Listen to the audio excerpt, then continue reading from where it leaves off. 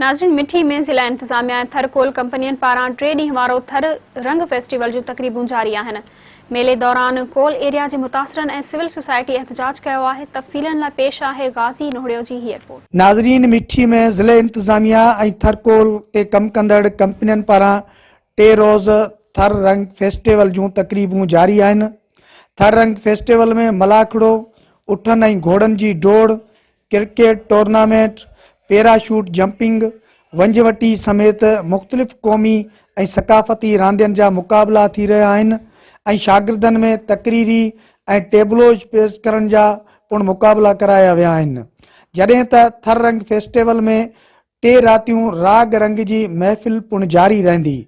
होॾां ॿिए पासे मिठीअ में थर रंग फेस्टिवल दौरान कोल एरिया जे मुतासिरीन ऐं सिविल सोसाइटी पारां एहतजाजी मुज़ाहिरो करे धरणो पिणु हयो वियो आहे।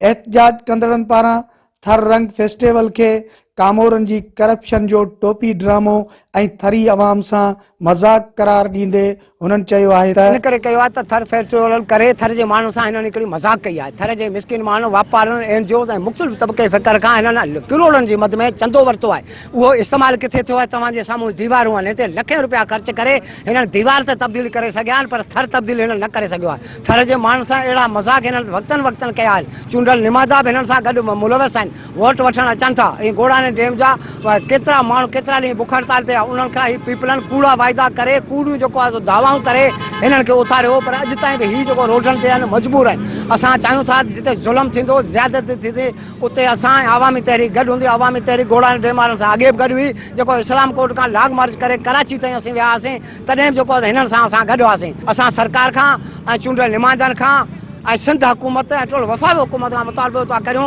ई थर जे नाले ते कूड़ा चंदा करे थर जे माण्हुनि सां मज़ाक करणु बंदि कयो, ही कूड़ा मेला लॻाइणु बंदि कयो, थर जी सक़ाफ़त सां मज़ाक करणु बंदि कयो। घोड़ाने डैम जा मुतासिर ऐं ॿिया थरकोल जा मुतासिर जेके आहिनि गॾियल तौरु अॻे बि पुरअमन एहतजाज 635 ॾींहं एहतजाज प्रेस क्लब ते कयो हो। ऐं हीअ फेस्टिवल जेका पिनी ऐं मुख़्तलिफ़ इदारनि खां CSR जो पैसो जेके NGOs जो आहे ऐं प्लस में कंपनियुनि जो आहे, उनखे हिते ग़लति इस्तेमालु करे जेका थर जे सक़ाफ़त ऐं थरनि सां तज़लील पियो कयो वञे। असीं हिननि जी सख़्तु लफ़्ज़नि में मज़म्मत कयूं था। मुज़ाहिरीन जूं तव्हां ॻाल्हियूं ॿुधियूं।